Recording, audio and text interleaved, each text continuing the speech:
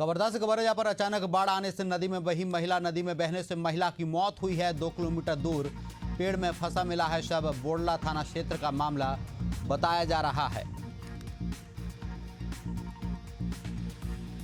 2 kilometre दूर पेड़ में फंसा मिला है महिला का शव। बोडला थाना क्षेत्र का मामला बताया जा रहा है। भोपाल के रविंद्र भवन में राष्ट्र निर्माण में भाषाओं के योगदान पर केंद्रित 2 दिवसीय भारतीय मातृभाषा अनुष्ठान का आयोजन 14 और 15 सितंबर को किया जा रहा है। मुख्यमंत्री के संस्कृति सलाहकार एवं वीर भारत न्यास के न्यासी सचिव श्रीराम तिवारी और संस्कृति संचालनालय के संचालक NP नामदेव ने प्रेस कॉन्फ्रेंस में कार्यक्रम के बारे में विस्तृत जानकारी दी है।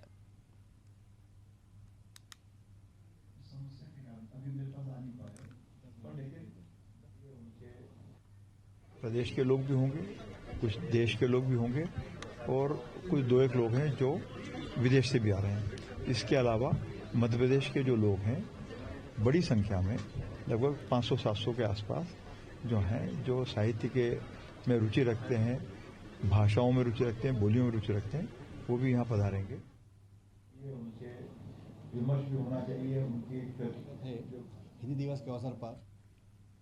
मध्य प्रदेश के देवरी क्षेत्र में लगातार हो रही अतिवृष्टि से फसलें पूरी तरह बर्बाद हो गई हैं, जिसको लेकर कांग्रेस के ग्रामीण जिला अध्यक्ष भूपेंद्र सिंह राजपूत देवरी नगर पहुंचे और मुआवजा की मांग को लेकर सड़कों पर रैली निकाली है। साथ ही राज्यपाल के नाम SDM को ज्ञापन भी सौंपा है। वहीं कार्यक्रम के समापन के बाद ग्रामीण जिला अध्यक्ष ने पत्रकारों से चर्चा की और सागर जिले में कांग्रेस की एक भी सीट न आने के सवाल पर कहा कि सीट न आने की वजह वोट चोरी है।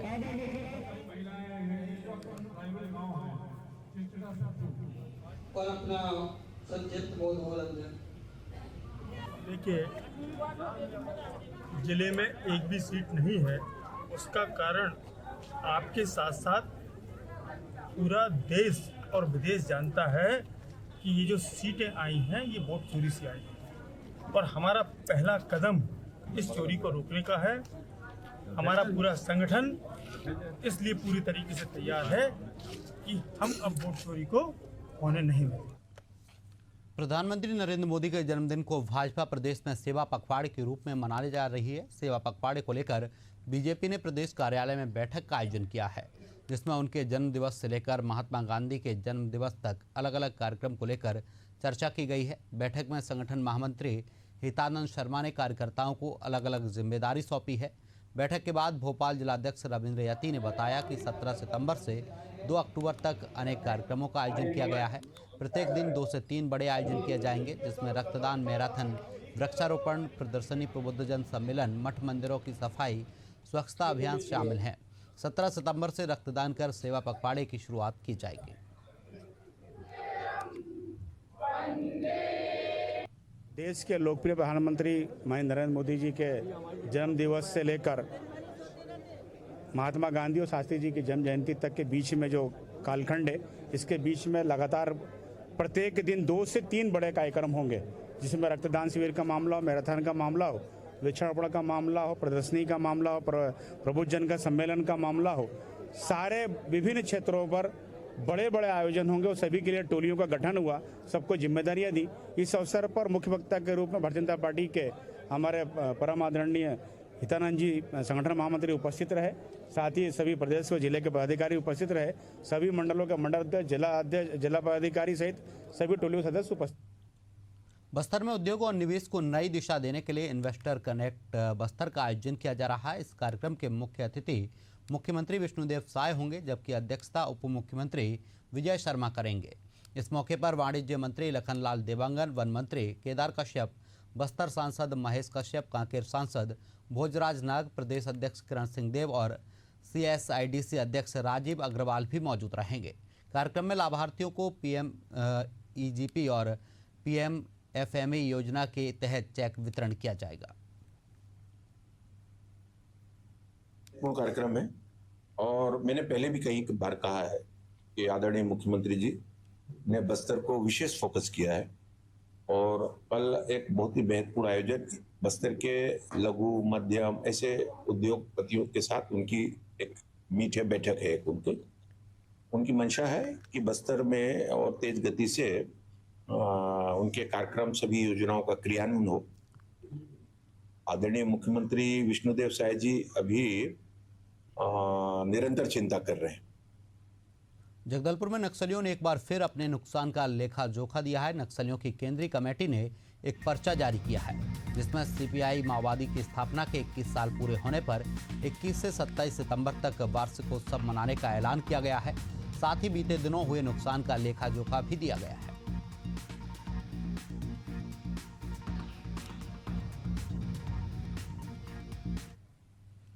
इसी बीच बड़ी खबर आपको रायपुर से बता रहा पर स्कूलों के संचालन का समय होगा निर्धारित। शिक्षा विभाग ने जारी किया आदेश। 2 पाली में संचालित होने वाले स्कूलों का टाइम टेबल जारी हुआ है। हाई स्कूल और हायर सेकेंडरी स्कूल का समय सुबह 7:30 से 11:30 होगा। प्राथमिक और मिडिल का समय 12 बजे से शाम 4 बजे तक होगा।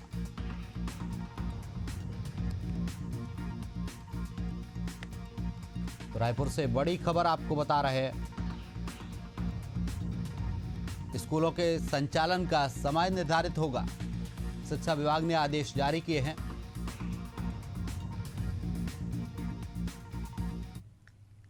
बिहार के नालंदा के हरनौत विधानसभा में एनडीए कार्यकर्ता सम्मेलन का आयोजन किया गया है। इस सम्मेलन में सबसे ज्यादा आकर्षण का केंद्र मुख्यमंत्री नीतीश कुमार के पुत्र निशांत कुमार की तस्वीरें रही हैं।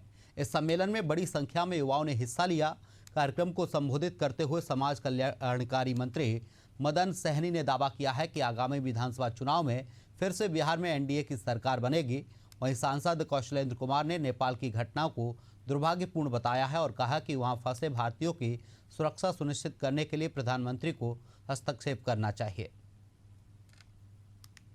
विपक्ष के नेता घूम रहे हैं, उनको हम लोग जरूर याद दिलाना चाहेंगे कि जो 2010 में रिजल्ट आया था और उनको माननीय मुख्यमंत्री जी के कृपा से विपक्ष का कुर्सी मिला था, इस बार भी हम लोग कह रहे हैं कि वही स्थिति होगी और 225 सीट हम लोग जीतेंगे। और एनडीए का जो नारा है कि 2025 फिर से नीतीश 225, उसमें हरनौत भी एक कड़ी रहेगी और 225 निश्चित तौर में इस बार बिहार में 225 सीट ला करके हमारे नेता आदरणीय श्री नीतीश कुमार जी के नेतृत्व में फिर से एक बहुमत वाली अच्छी सरकार बनेगी। अनूपपुर जिले की नगरपालिका बिजुरी के वार्ड क्रमांक 7 के समीप हाल ही में बनाए गए ओवरब्रिज की हालत 20 दिन के भीतर ही जर्जर होती नजर आ रही है। लाखों की लागत से बने इस ओवरब्रिज में भारी दरारें उभर आई हैं, जिससे कभी भी बड़े हादसे की आशंका जताई जा रही है। वहीं स्थानीय नागरिकों और सामाजिक कार्यकर्ताओं ने ओवरब्रिज की गुणवत्ता पर गंभीर सवाल खड़े किए हैं।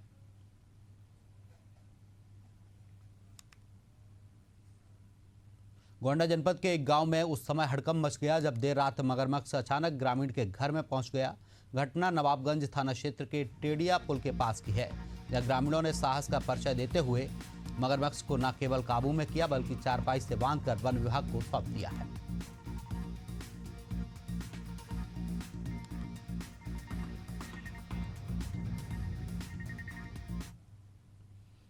केंद्र सरकार ने बिहार, झारखंड और पश्चिम बंगाल को जोड़ने वाली भागलपुर दुमका रामपुर हाट सिंगल रेलवे लाइन के दोहरीकरण को मंजूरी दे दी है। इस परियोजना पर कुल 3,169 करोड़ रुपए खर्च होंगे।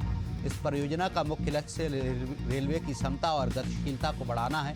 इससे इस व्यस्त मार्ग पर ट्रेनों का आवागमन सुगम और सुरक्षित होगा। यह परियोजना पीएम गति शक्ति राष्ट्रीय मास्टर प्लान का भी हिस्सा है, जिसका उद्देश्य देश में मल्टी मॉडल कनेक्टिविटी को बेहतर बनाना है।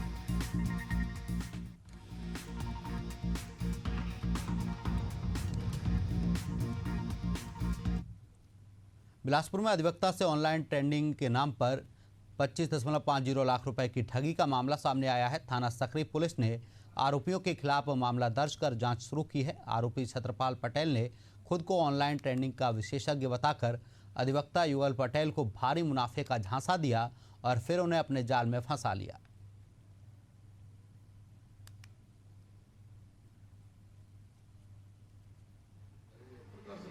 प्रार्थी युगल पटेल थाना उपस्थित आकर रिपोर्ट दर्ज कराए कि उनके साथ साइबर और ट्रेडिंग के नाम पर, ऑनलाइन ट्रेडिंग के नाम पर ठगी की गई है, जिस पर आरोपी छत्रपाल पटेल से पूछताछ की गई, जिसने अपना जुर्म स्वीकार किया है।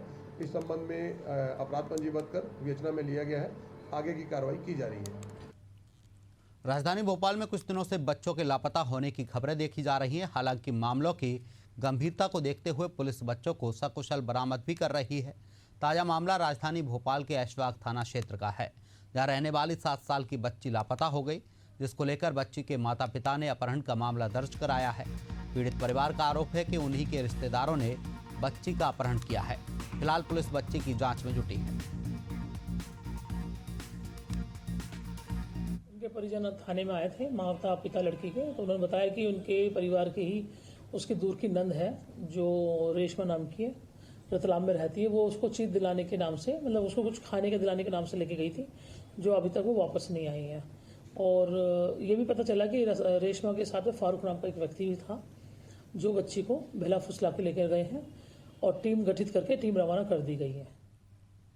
झारखंड के रांची में दिल्ली पुलिस और एटीएस की संयुक्त टीम ने एक संदिग्ध आतंकी को गिरफ्तार किया है और पकड़े गए आरोपी के पास से केमिकल हथियार के साथ कई चीजें बरामद की हैं। इस पूरे मामले में बोकारो एसपी हरविंदर सिंह ने बताया कि मामले में फिलहाल यहां से कोई लीड नहीं मिली है। अगर कोई संदिग्ध गतिविधि सामने आती है तो कड़ी कार्रवाई की जाएगी।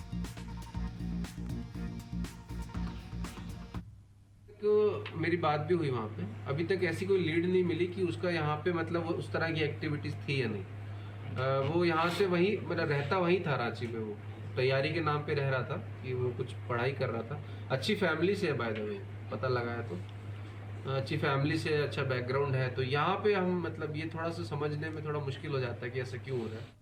ग्वालियर से बड़ी खबर आपको बता रहे हैं। यहाँ पर तेज रफ्तार का कहर देखने को मिला है। चेकिंग से बचने के लिए दौड़ाई कार कई गाड़ियों को टक्कर मारी है। 4 लोग घायल हुए हैं। महिला और आरक्षक की हालत गंभीर है। पड़ाव थाना क्षेत्र के स्टेशन चौराहे का मामला बताया जा रहा है। तो ग्वालियर से बड़ी खबर आपको बता रहे हैं। यहाँ पर तेज रफ्तार का कहर देखने को मिला है।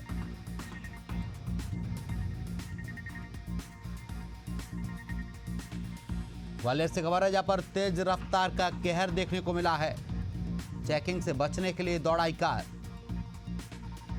कई गाड़ियों को टक्कर मारी है। 4 लोग घायल हैं। महिला और आरक्षक की हालत गंभीर बताई जा रही है। पड़ाव थाना क्षेत्र के स्टेशन चौराहे का मामला बताया जा रहा है।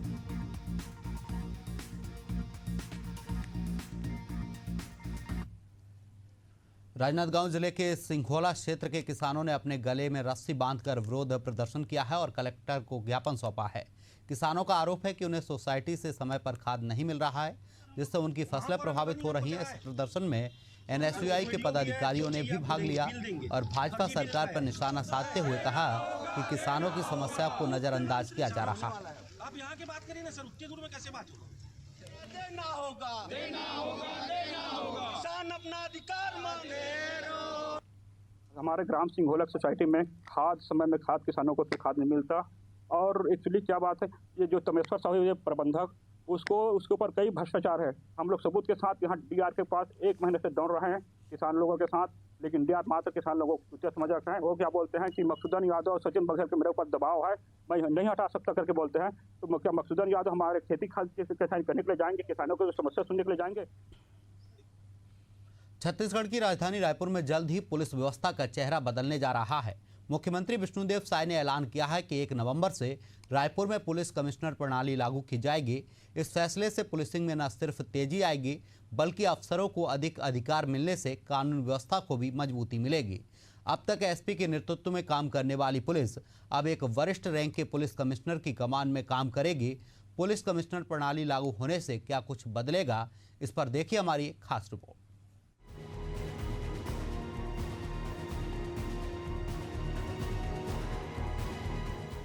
रायपुर में शीघ्र ही पुलिस आयुक्त प्रणाली लागू की जाएगी, जिससे पुलिस व्यवस्था और अधिक मजबूत होगी।